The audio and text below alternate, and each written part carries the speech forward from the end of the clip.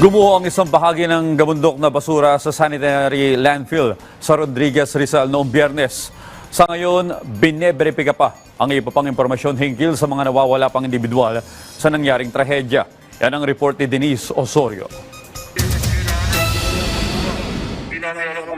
Kinumpirma na ng municipal government ng Rodriguez, Rizal na may 3 individual na nawawala kaugnay sa isang insidente sa Rizal Provincial Sanitary Landfill sa Barangay San Isidro. Ito ay matapos mag-viral sa iba't ibang social media platform ang isang video na nagpapakita ng bigla ang pagguho ng gabundok na basura sa naturang landfill. Sinabi ng munisipyo na batay sa inisyal na investigasyon ng MDRRMO at Menro, 3 ang nawawala sa ngayon. Idinagdag pa na tuloy-tuloy ang koordinasyon sa pribadong operator ng landfill para mabantayan ang sitwasyon at matunton ang kinaroroonan ng mga nawawalang individual.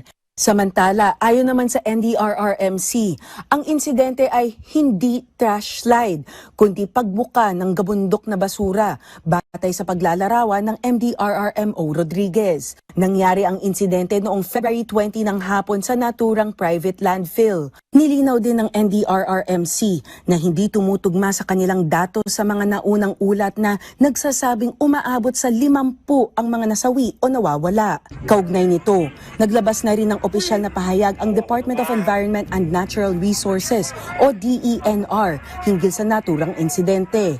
Ayon sa DENR Environmental Management Bureau, nagsagawa na ng on-site investigation ang EMB Calabarzon at inutusan ang agarang stabilization operations sa lugar. Nag-deploy na din ng mga tauhan para i-assess ang lawak ng erosion at i-verify ang mga ulat ng mga nawawalang individual.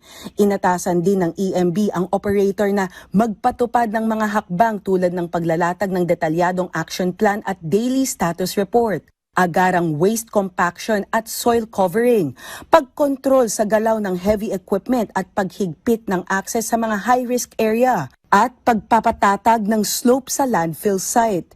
Sinabi rin ng DENR na posibleng maglabas ng notice of violation kung may matutukoy na paglabag base sa investigasyon. Samantala, nakatawag din ng atensyon ng mga netizens at ng ilang organisasyon ang pag-viral ng video. Nagsindi rin ng kandila at nagsagawa ng maikling vigil ang ilang grupo, hindi lang para sa mga nawawala sa trash slide, kundi pati na rin sa mga kaanak at kapamilya ng mga posibleng nadamay o nasawi sa insidente.